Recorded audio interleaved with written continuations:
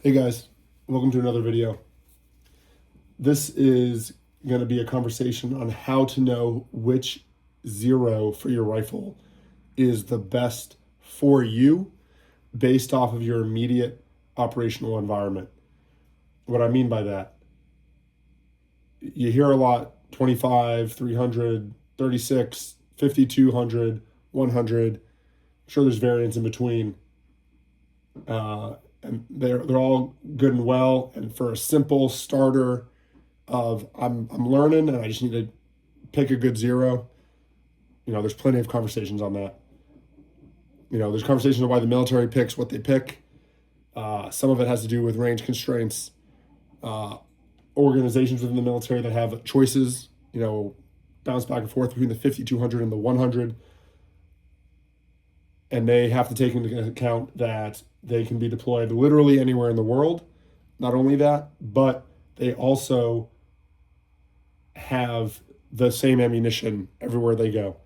They are not subject to cost inflation of ammunition or ammo shortages, or the type that they zeroed for last time is no longer in stock, or the manufacturer had to change their offerings, or whoever is selling changing their offerings. So they have an advantage where they can kind of just pick a zero and stick with it because there's going to be some consistencies outside of your normal atmospherics and altitude and all the other stuff the snipers like to nerd out about. This is really for you at home in your local area doing what you are most likely going to use a rifle for in this current political and geopolitical landscape, which is defend your property, defend your home. And that could be against robbers. That could be against an October 7th style terrorist attack in your neighborhood. It could be multiple things, but it is not expeditionary in any means. It is not, hey, I'm in Idaho and we're going to go conduct a raid in Las Vegas and come back, right? This is, hey, like we live in, Montana, and I know that my lines of sight are X within the, if I drive an hour in any direction, my lines of sight are the same, right? Or I live in rural South Carolina, I drive an hour in any direction, my lines of sight are the same. On your property, short of you cutting down trees or building another structure, or a neighborhood selling their property and a house or a development getting put in, it's gonna kind of stay the same. This kind of goes back towards my previous video of how to pick the right optic. It goes into knowing your engagement distances, what you're actually going to engage at. So yes, I'd love to be able to shoot out to 400 because I can go to a flat range and I can do that, or I like to shoot competition. My realistic engagement within where I currently live is within 150 yards. Easy. Especially in a self-defense scenario, again, going back to the current geopolitical climate and just the political climate within the U.S. and the current threat situation, both internally and externally to the country. It's defending my property and my family and my neighbors and community based on the community that we have established. So this is purely an example. This is not a representation of anyone's specific home or anything like that. And if it is, it's purely by happen chance. But just for some basic orientation, this is your house. This is your property lines. This is the main road that connects to your driveway. Past this is a field, and then a heavy wooded area past the field. What you're looking at in terms of distance for your property, where, past that saying get off my lawn no longer works because it is no longer your lawn. from your back of your house to the end of your property in the backyard. You've measured it out using a laser rangefinder or pacing it out or whatever it is, finding the legal zoning. It's 107 yards. Either side of your property is 50 yards to your neighbor's property, and then from your garage to the road is 126 yards. So your entire property spans 33 yards from top to bottom, assuming that the terrain permits you to reach from top to bottom. And then you have the main thoroughfare, the main road. You can be, it's busy enough. And then past that is 141 yards to those woods. So from your garage to the woods, you're saying, hey, it's roughly 267 yards. All right. So your realistic engagement, right? When you talk about PID, go back to optic. Hey, do you got a magnifier on it? Do you have an LPVO? Is it just one setup because you're balling on a budget? You only have one gun, you're using everything for it, or is it a dot gun only? You can start to look into how you want to pick your zero, also based off of height of your optic over your height or your height of bore.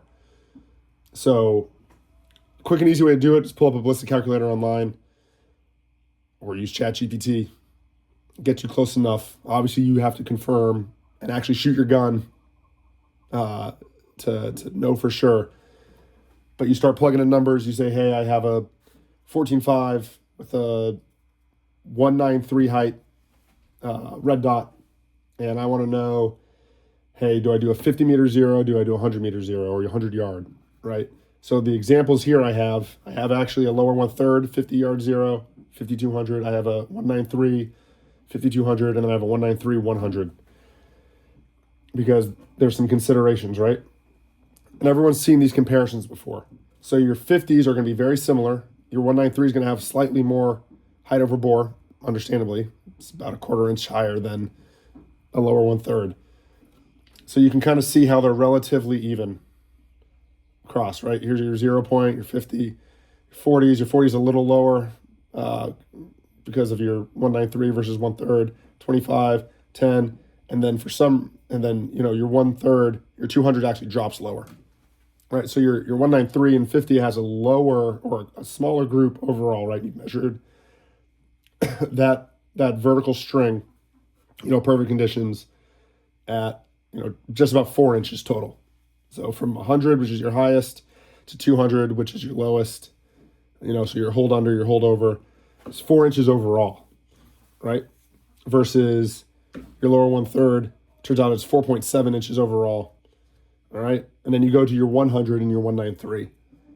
So 100, point of aim, point of impact, 75 is pretty close. These are all hold overs, and they drop down to 10, and then 200 it drops off, right? Which is common for 100 yard zeros.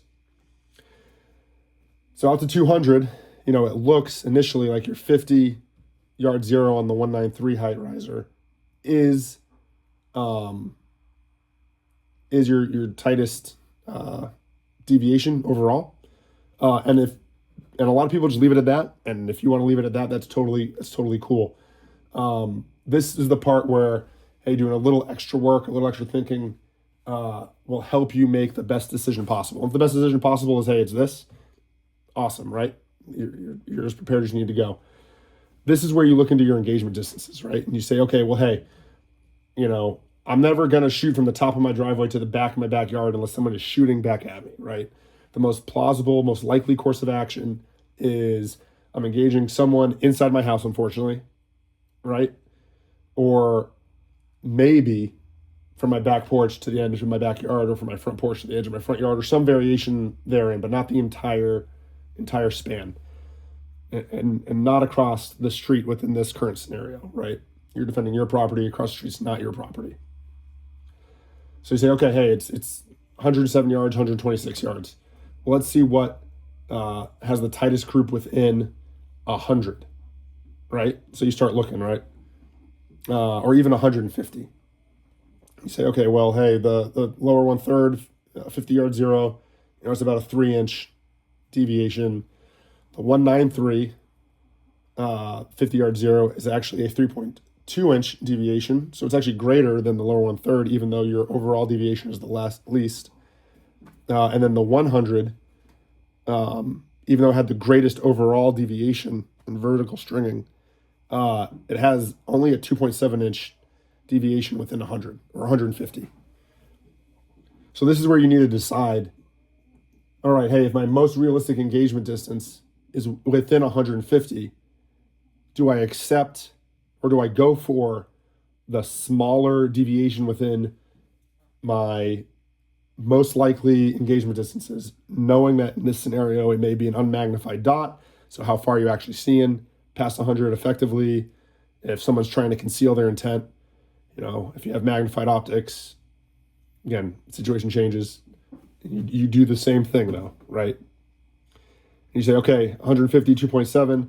All right, out to 200 though, it drops off. I got to shoot 267. That's going to drop even further. It's going to be like a 8-inch hold or 9-inch hold.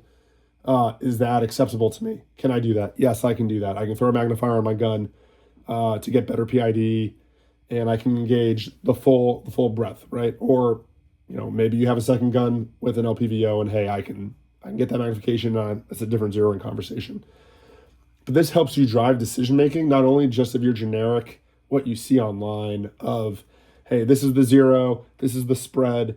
I like this one because this spread's the tightest. Like, yes, that's cool. And in an environment where, you may not know your lines of sight the next time you go somewhere because it's new to you, having a generic zero makes sense, or base information. But if you really know your area, right? If you've lived there for a couple of years, if you don't have any plans on moving right away, you have the ability to really prep your knowledge of the terrain and know exactly what zero is going to be right for you in terms of using that firearm as you built it out and intended it to be, which is defend your life, defend your family's life, defend the life of others around you as a responsible citizen here in the United States. So in this case, hypothetically, we say, okay, hey, even though the 50 to 100 yard zero with the 193 riser is the tightest overall, because my engagement distances are within 150, and you probably want to have forewarning, and I don't want to have to forget, or get caught off guard and then try to remember something if it's been a while, since zeroing or whatever, right? And try to dummy proof it. I'm going to go with the 100 and 193. I know that I only have a 2.7-inch hold over out to 150, which, for practical purposes means you are going to shoot in the same place out to them engaging them at 150, which means pretty much short of you being at the back end of your property, shooting out to the road or vice versa. You just aim high A zone, just below the chin and pull that trigger, and you will, it will fall within 2.7 inches, as long as you're doing your job every single time. And then, hey, if I am at the back of the property, having to shoot all the way to the top of the road, hey, I'm going to hold top of the head and we're going to be good, right? Or, hey, if I'm shooting at the top of my property or in my driveway and I have to engage a Hamas, Hezbollah, ISIS, Furry, take your pick, PKM team in the wood line that's decided to, suppress my household for some reason. Hey, I know that I can still return fire effectively by doing these holds, right?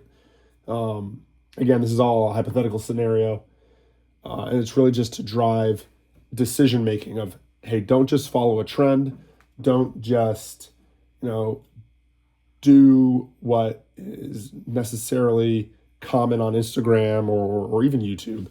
I say as putting this on YouTube, but it's really to think critically about where you are preparing to use this rifle for, or PCC or whatever, right?